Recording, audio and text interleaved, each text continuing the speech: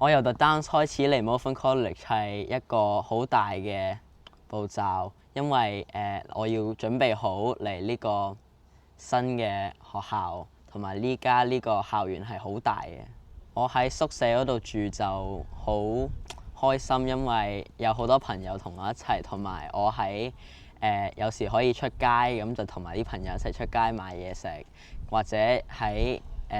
宿舍嗰個校園嗰度做啲運動，踢下波都幾好。我啲老師我最中意我啲老師，因為佢哋幫我喺Malvern College 同埋 The Downs 就幫我準備好點樣可以獨立，同埋佢哋真係幫我可以安頓喺呢個宿舍入面。我喺學校覺得最開心就係可以喺足球嗰度喺最高級嗰個球隊入面，因為我係學校嘅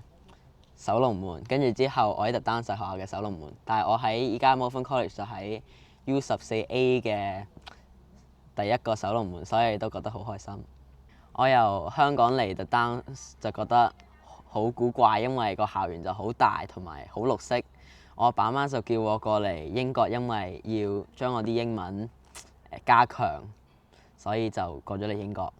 我哋喺 The Downs 每一年開始，啲老師就會帶我哋喺 Malvern Hills 嘅上面，我哋行上去 Malvern Hills 嘅最頂嚟望翻落嚟，跟住之後睇翻好靚嘅景，跟住就可以望翻自己學校，就覺得好神奇咯。喺行到咁高都仲可以見到我哋學校。Hi, I'm Cedric and I'm from House 7 and I'm originally from Hong Kong.